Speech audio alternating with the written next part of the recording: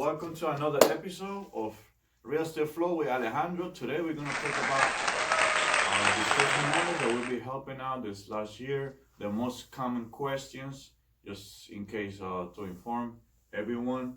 What was the most question that the distressed homeowner asked you? You usually get the same ones over and over again, but I think the biggest one, the most important one that they sort of relax after you give it to them is they always ask about their credit. How is it going to affect their credit? They're already in trouble. What's going to happen if, can I buy another house? Is it going to reflect on my credit? Will my job find out? Things like that. So, I think that's probably the biggest question, because once that gets addressed, you can sort of see them sort of relax a little bit and go from there. Okay, the one of the questions that I always get from the distressed homeowner is, can I buy another house? Can they buy another house? Mm-hmm.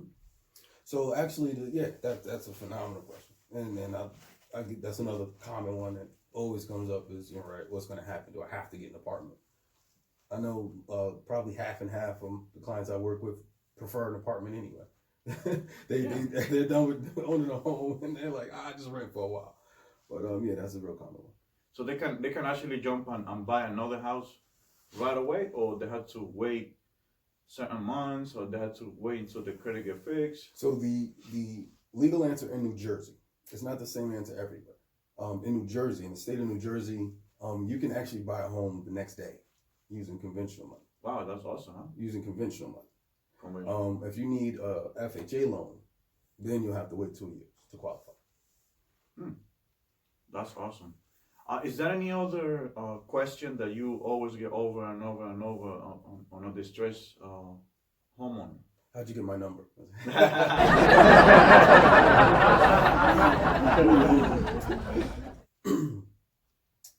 Those are probably the biggest. I think after a while, more questions usually come up while they're in the process. One of the biggest tidbits that I like to inform people is when you start the short sale process, you're still the homeowner. You're not contracted to do anything once the process starts. And, you're still in control the entire way. Once I make that known, there's not really other questions other than, like you said, the credit and, the next step. So they want to know, okay, that's fine. What can I do now? What does this, how does this... What do you say to a distressed homeowner who think it's not possible, and they will actually just want to let the house go or foreclose? What do you suggest to any of them? That's a very common reason why some people just don't want to put the energy into it. What I explain to them is it's my job to make that process easier anyway. They're looking at it from a standpoint where they're doing all the work, when it's really set it and forget it. I'm going to need you to give me this information, and after that, I'll let you know when you should be ready to move. And it's that easy. They're looking at it as what they've been doing so far is they're negotiating with the bank themselves. The bank's still calling them. They're having to say the same thing to the bank over and over and over and over again, and it's frustrating. So I tell them, once we get authorized, the bank stops calling me. They call me now. Plus, I'm a professional. I do this all the time. Absolutely. You don't need an attorney to file bankruptcy, but you get an attorney to file bankruptcy because you need that expertise in that matter. That's exactly what you're getting with me. And, the main thing is, you let your house go to foreclosure, it's going to hurt you in the future way worse than if you do a short sale. Absolutely. So if you do the short sale, you're still moving, right? You're still going to move. You're done with the house, you're frustrated with the house, and you're still going to move. You might as well lessen the blow. As you said, with a short sale, you can buy a house again. You got to go to auction.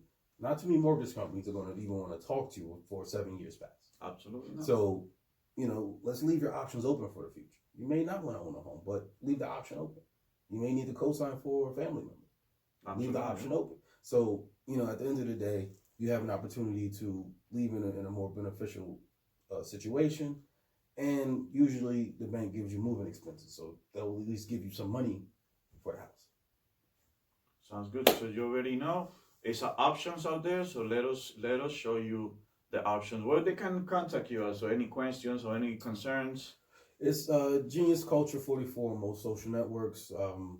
Website mybrownjeans.com. If you have any questions for me, just give me a call, 908-636-8221. Thank you for watching.